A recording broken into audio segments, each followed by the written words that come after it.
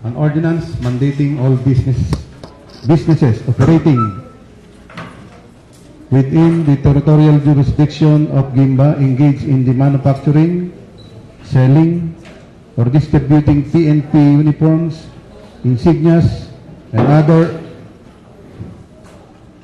accoutrements to secure PNP certificate of conformity and prescribing penalties for violations thereof. Ang author po at sponsor, SBM Giancarlo P. Dizon, Chairman, Committee on Peace and Order. Referred po natin sa Committee on Peace and Order for Chairman po is Number 2, a resolution extending the issuance of mayor's permit and business licenses to individuals and different business establishments in the municipality until February 15, 2024 without surcharges and penalties.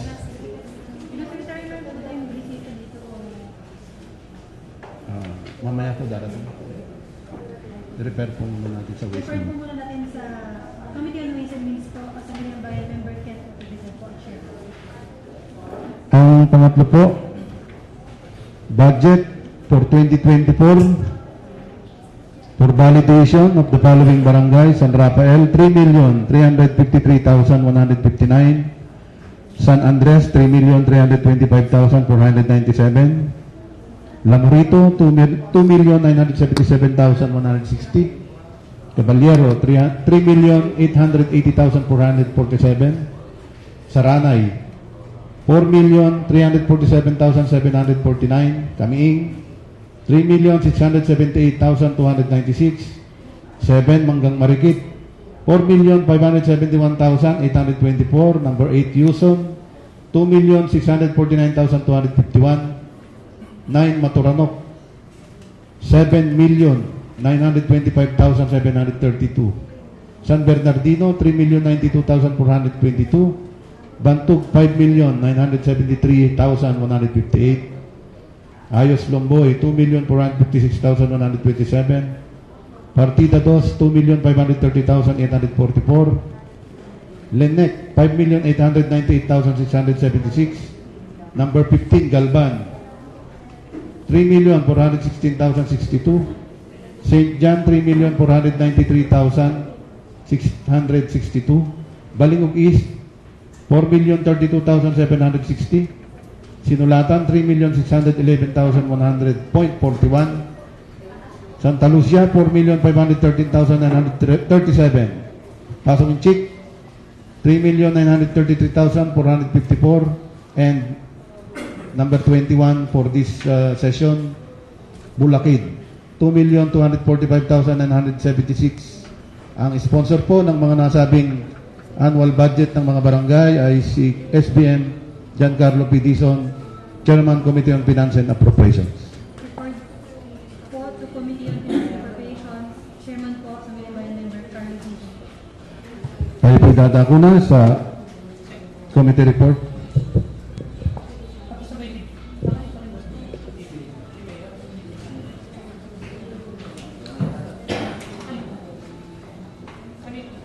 Sandali. Wala po tayo. Madam Chair, for the record po. Recognize po muna si Sangguniang Bayan. Sige. Oyo Lumao po. Sige po. Bago, Madam, at saka si Kanyata, yan.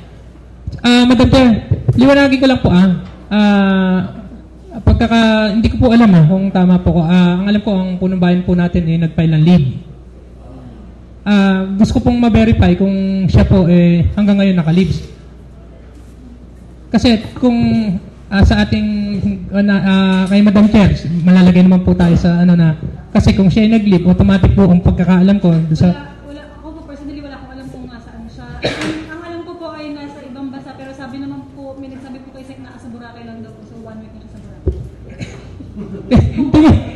At least kahit saan po siya nagpunta, kung siya po yung nag-file ng leave, automatic po, mag-a-assume po kayo punong bayan di ba? And then ito pong Vice Mayor, kung tayo po magsa-session, siguro po pipili po ang body kung sino po yung magpipreside pansamantala. Bagamat kung nag-leave nga po ng bayan, mag-automatic po ang Vice Mayor. Kaya dapat po, malaman din po natin kung ano po talaga yung file niya na leave. Nagpasapan na po namin ng sekretaryo. Kasi- Wala po tayong kopya ng leave ni Mayor. Kaya po hindi po kami makahakbang kung ano ang dapat naming hakbangin sapagkat wala po tayong kaalam-alam. Sige po, Mr. Secretary, wag po nating sabihin wala po tayong alam. Pwede po natin ngayon. Pansamantala po muna, ikon po muna po natin yung ating session. Baka, Madam Chair, baka pwedeng ipatanong po muna po natin, i-recess po muna natin. Kasi magkakaroon po ng, tingin ko po for me magkakaproblema po tayo sa pag-approve ng... Maraming salamat po, Madam Chair. Sa ating Vice Chairman.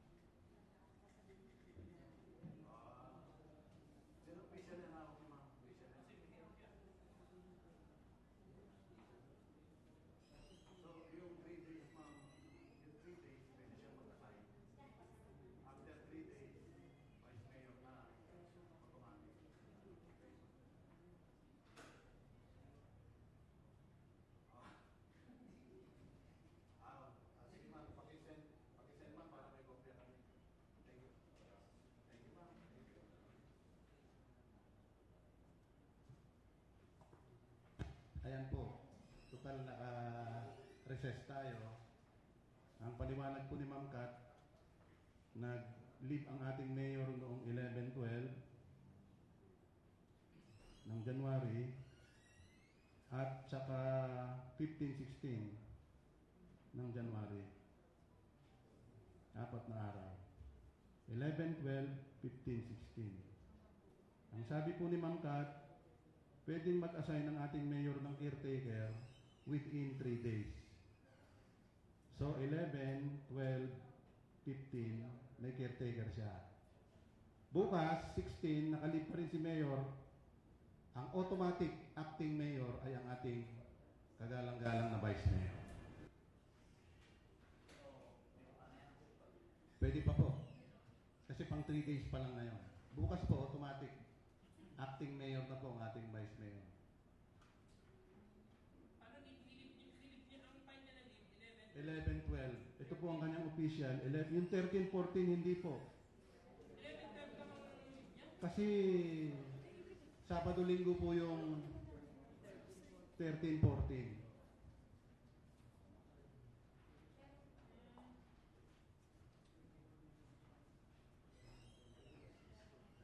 Anyway, ang ating Vice Mayor ay in the regularity in the performance of her official function. Kasi wala naman tayong official na natanggap ng kopya. Kaya yung presumption of regularity, ginagampanan lang po natin Vice Mayor.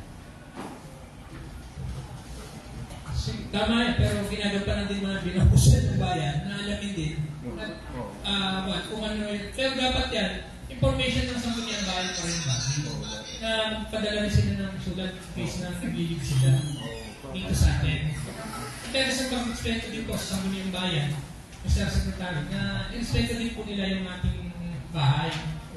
Na para alam din po natin kung ano yung ating gagawin. Yun lang yung sa akin, ano ba naman padala ng sulat? Kaya marami tayong, may mga kliyado po tayo. Opo. Siguro po papukulang po nila yun dahil hindi nila kaibigin ng kopya. At ang NLGO pa ang nag-send dati ng kanyang lead. At ito po i-send ko sa GC natin.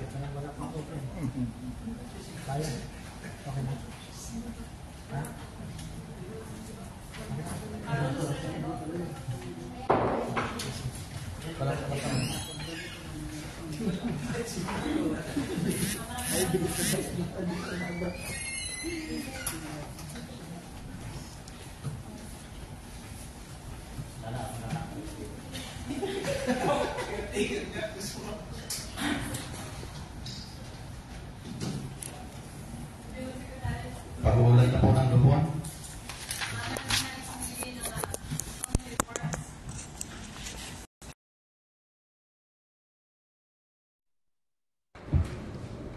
Madam Chair.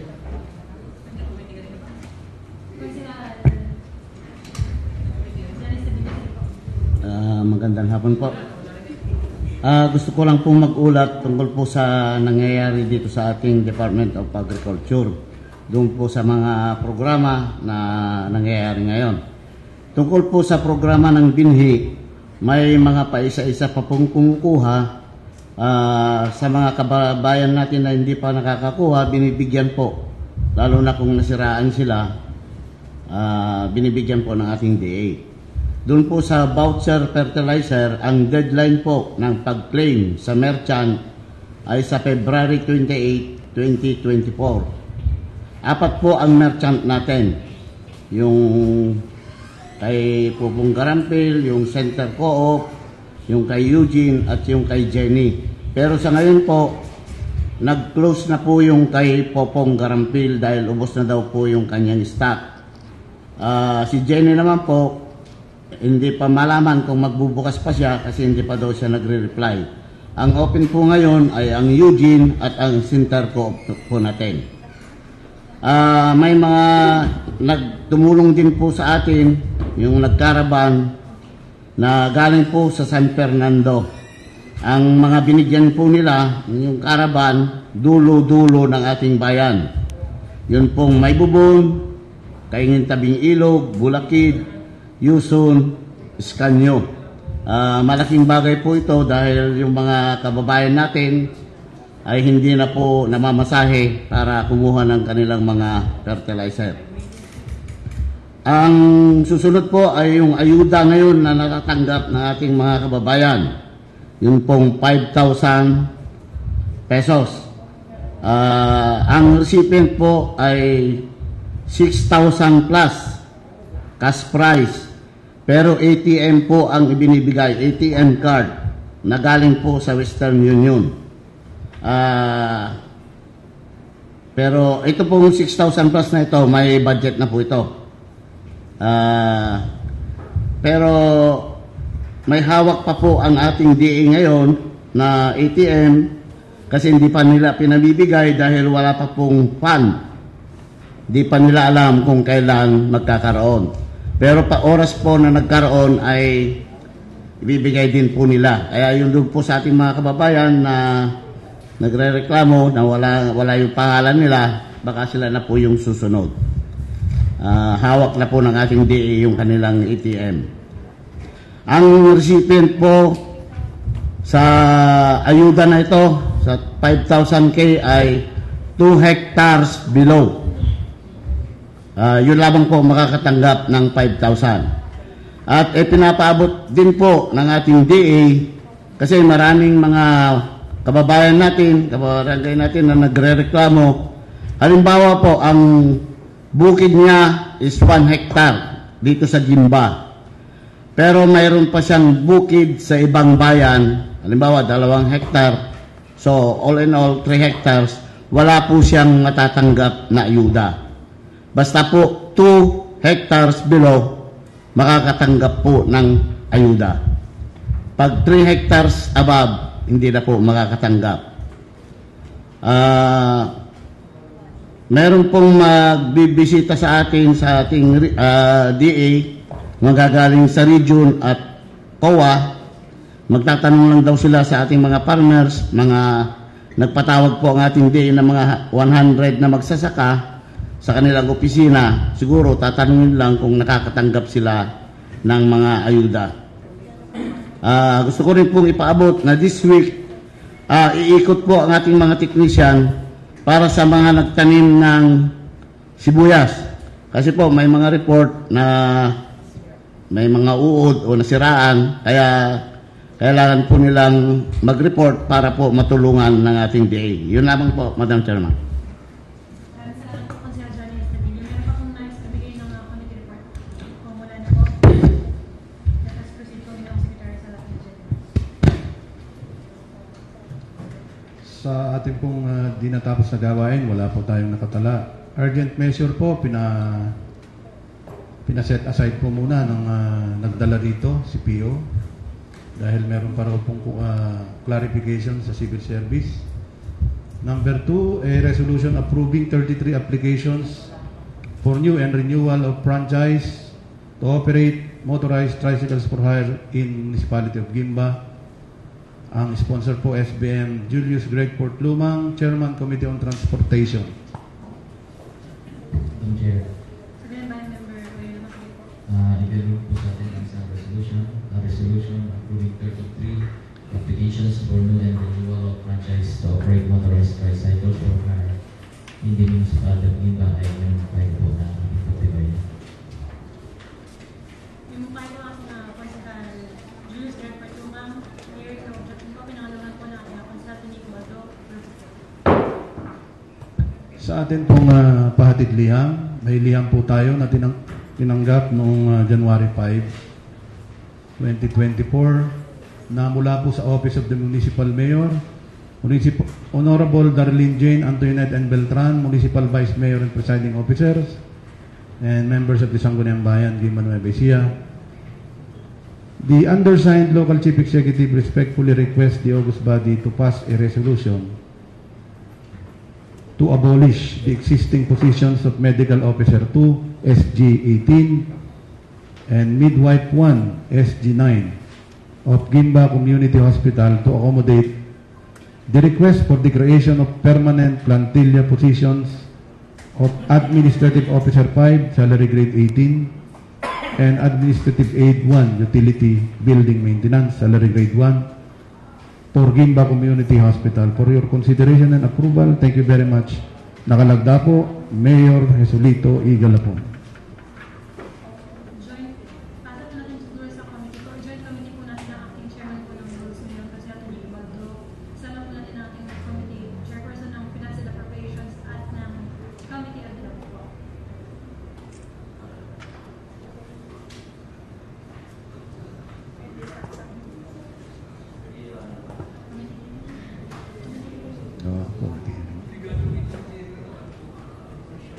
Paksa po sa ikalawa at ikatlong pagbasa, wala pong nakatala.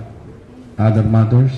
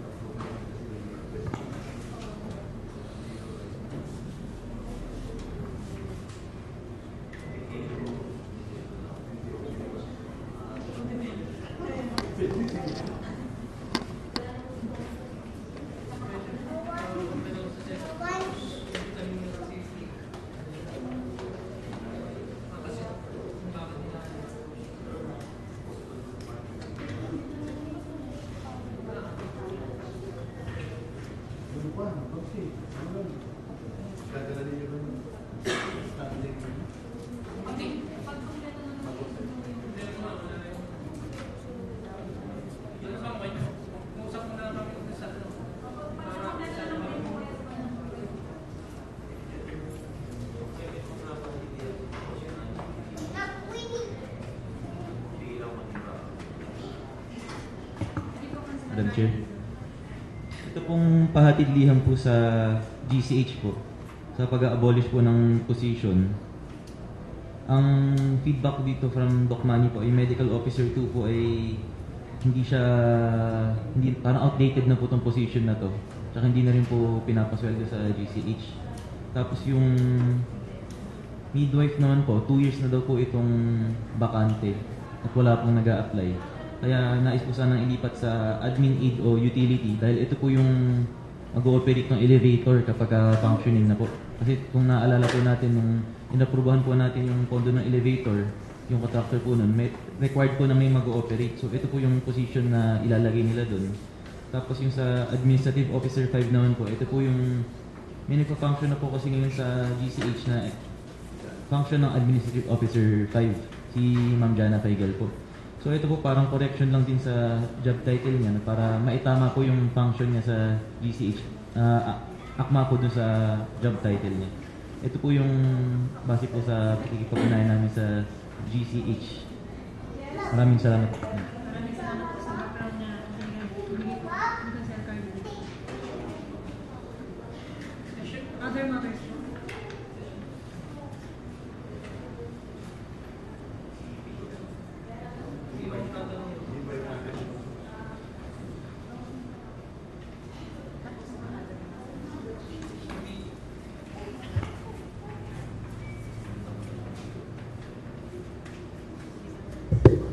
Si nag-invite ka na ba, no? Paki-invite mo na rin si Doc Manny para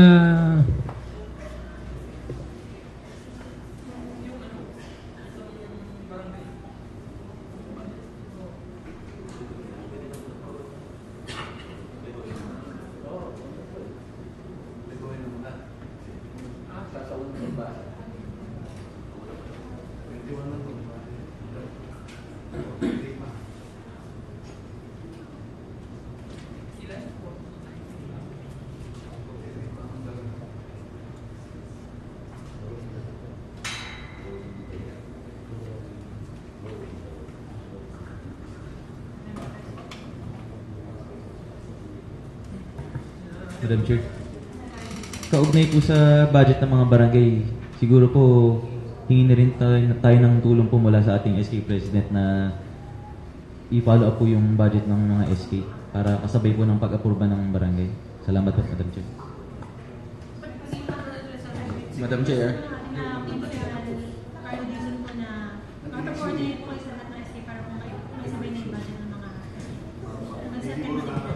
Yes, Madam Chair, thank you.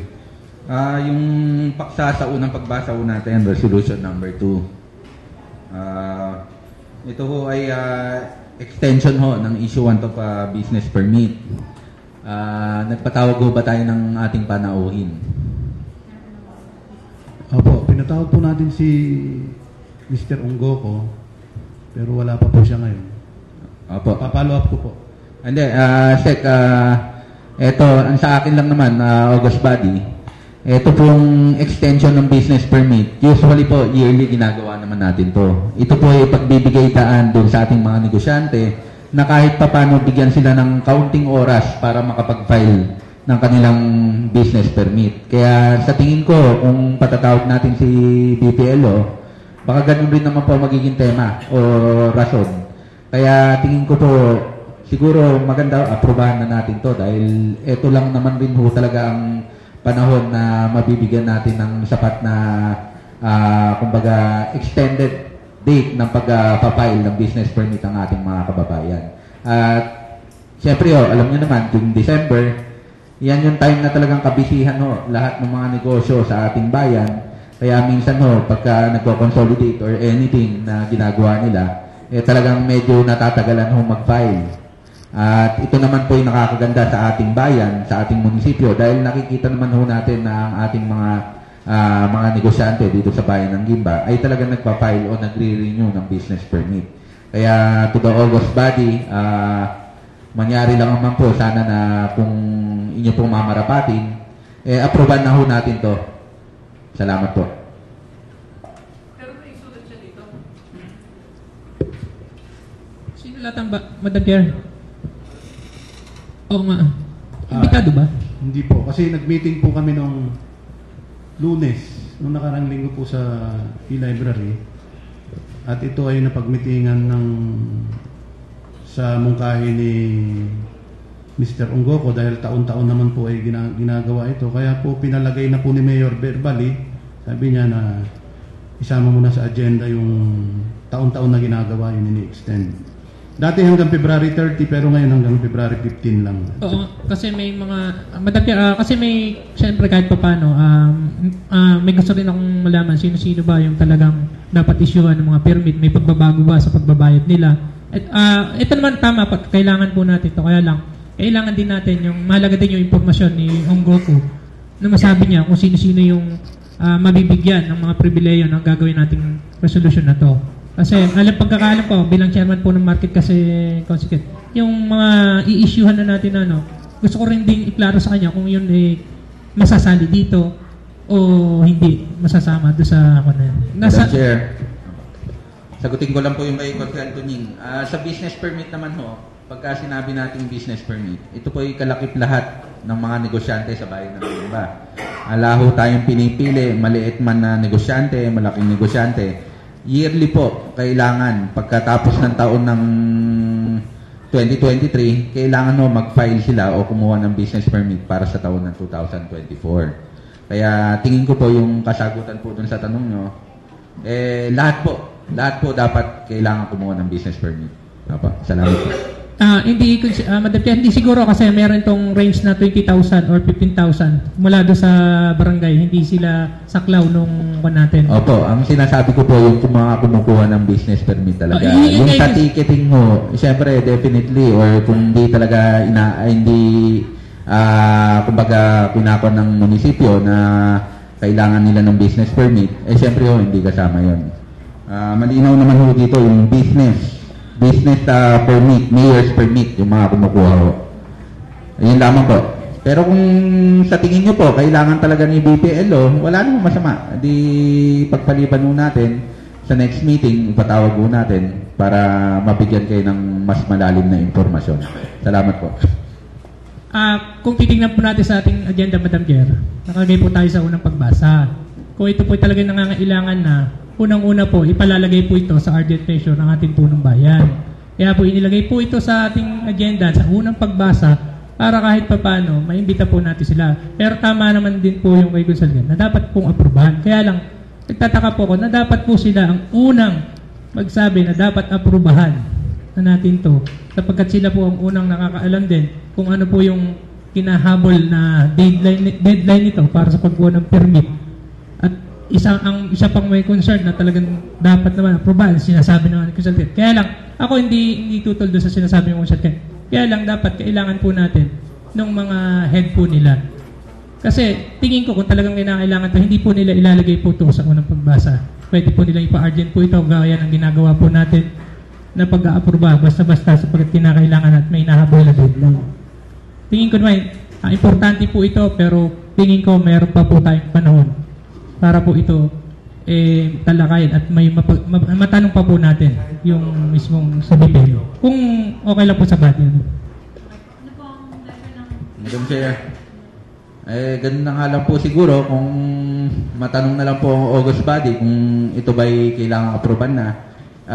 Sa akin po, hindi man urgent o urgent man, kung ito naman po ay isang napaka-importanting bagay at hindi naman po siguro ganun, kumbaga, hindi naman po siguro hindi ganun kadaling intindihin yung pinag-uusapan. Kasi talagang ang mayor's permit ho, kako nga, talagang yearly ho, nire-renew yan. Alam naman ho ng mga negosyante yan, mga talagang kumukuha ng business permit. Yun lamang po. Pero kanga ho ni Consel Tunying, kung kailangan po magpatawag tayo ng ating mga head, department head, pwede naman po.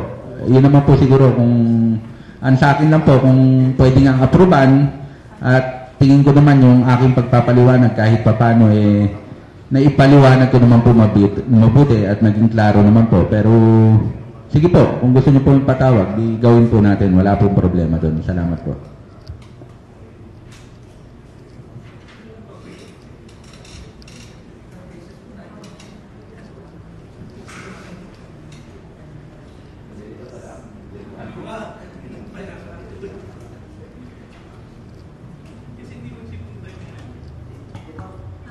Chairman po na rules, may I take excuse po bilang tumawag po yung provincial AM natin. Fifth day na daw po ni Mayor na wala sa Pilipinas, so hindi po pa di ako magpasaya.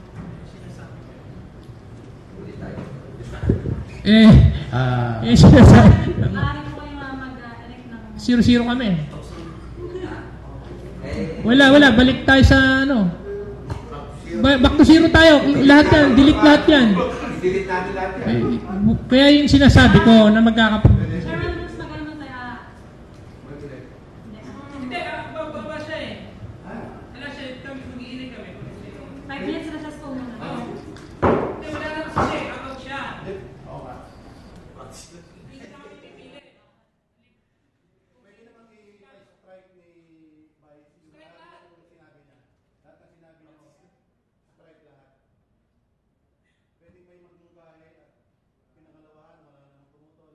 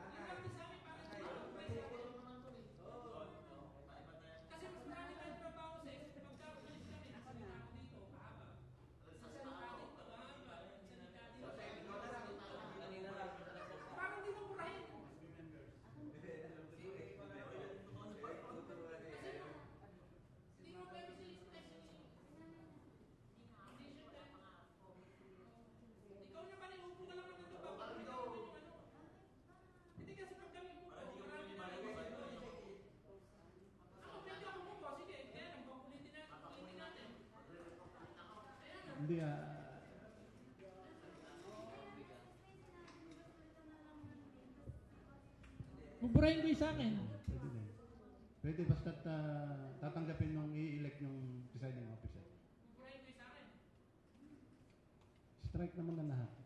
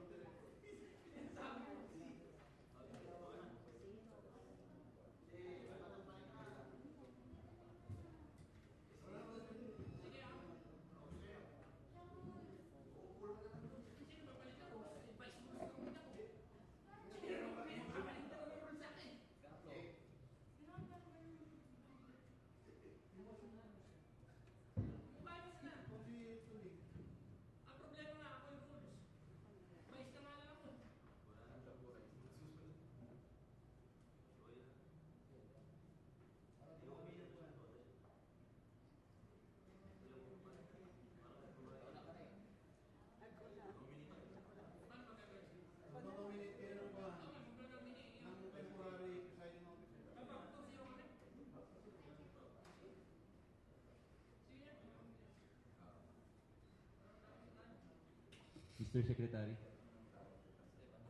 Apo, Oficial Giancarlo Dizon.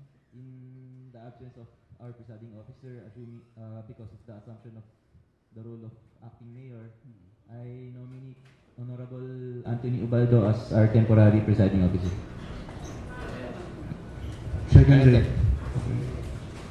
Oficial Anthony P. Ubaldo, kayo po ay nahiram bilang temporary presiding officer para sa session na ito.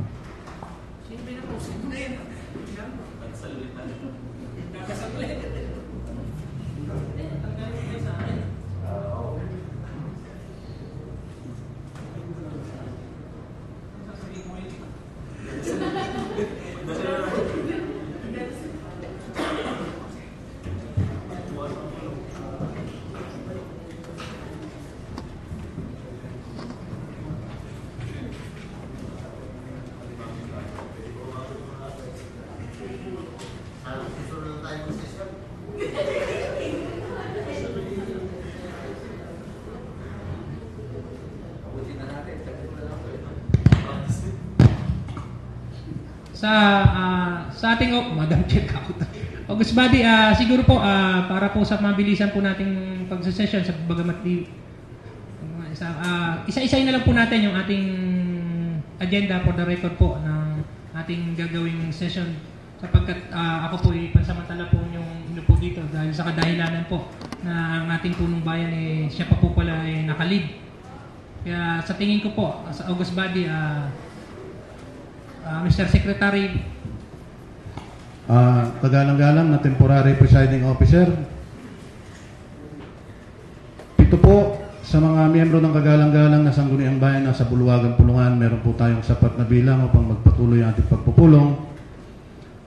Tayo po idadako sa pagpapatibay sa katitikan ng regular session ng Sangguniang Bayan na ginanap noong December 11, 2023 at tanging pagpupulong special session December 19, 2023.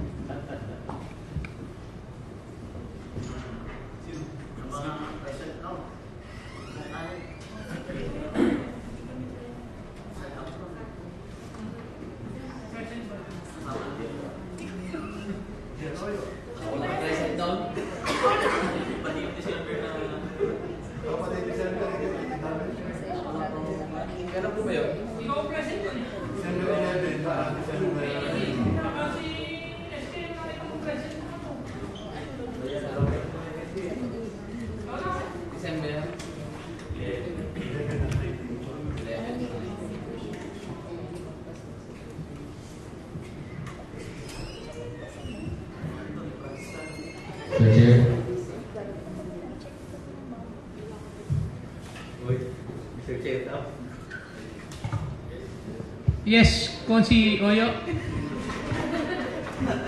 Kung wala na pong babaguhin sa nakaraang regular session na ginanap noong December 11, 2023 at noong December 19, 2023 ay inumungkay ko po na ating pagbibayan. Gus Buddy, wala na po tayong babaguhin. Pinangalawan po ni Consultant.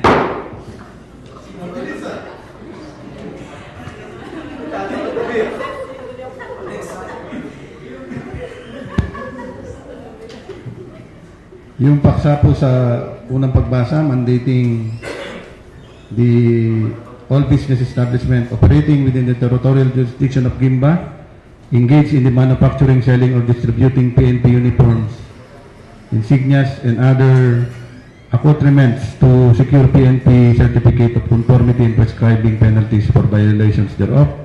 SBM Giancarlo P. Dizon ang siya pong naatasang author para sa paksa na ito. Buddy, siguro po nire-repair ko muna sa committee po ni Consul Giancarlo Dizon po. Ang pangalawa po, resolution extending the issuance of mayor's permit and business licenses to individuals and different business establishments in municipality until February 15, 2024 without surcharges and penalties. Gus Buddy, i-repair po muna natin sa committee po ng Ways and Means kay Consul Kent Natividad po. Number 3 po, annual budget ng for 2024 ng Barangay San Rafael, San Andres, Lamorito, Caballero, Saranay, Kamiing, Manggang Marikit, Yuson, Maturanok, San Bernardino, Bantug, Ais Lumboy, Partida 2, Lenec, Galban, St. John, Balingog East, Sinulatan, Santa Lucia, Pasong Inchik, and Bulakid. I-repair po muna natin sa committee. Walang boses lang.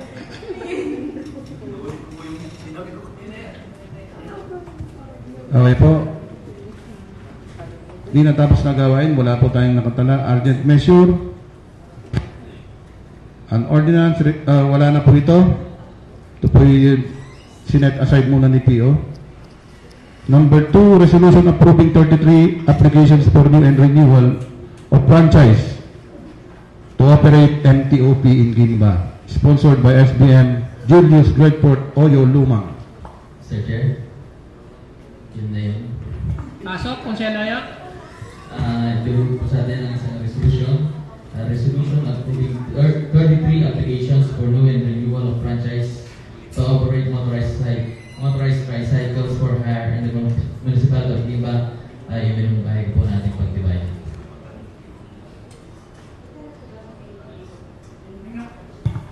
Iminungkahi po ni Consul Oyo na pagtibayan na po ang 33 application ng renewal franchise ng motorcycle.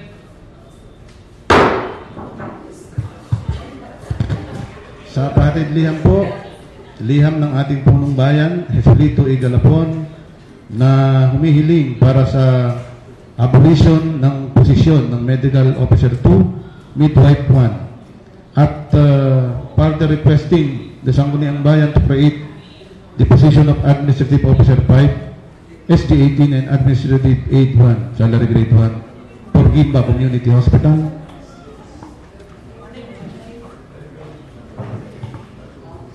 Siguro po, itong liham po ng ating punong bayan na idinala niya po dito sa ating Sangguniang Bayan, i-repair po muna natin sa mga komite na nangangailangan na aralin itong hinihiling na sulat. Unang-una po kay Consul Carlo bilang sa finance, pangalawa po kay Consul Pane bilang health. Ako yung rules.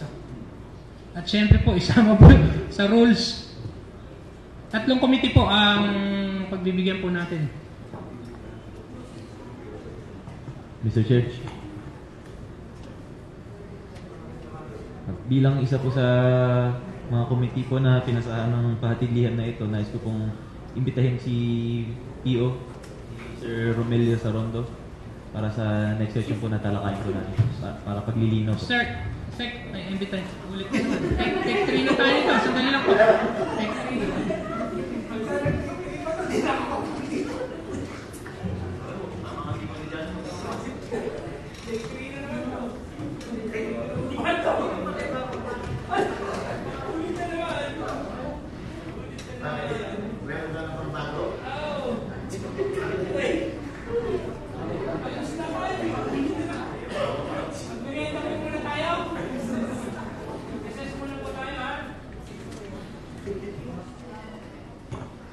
August Buddy, recess muna po tayo para sigurado na po tayo sa ating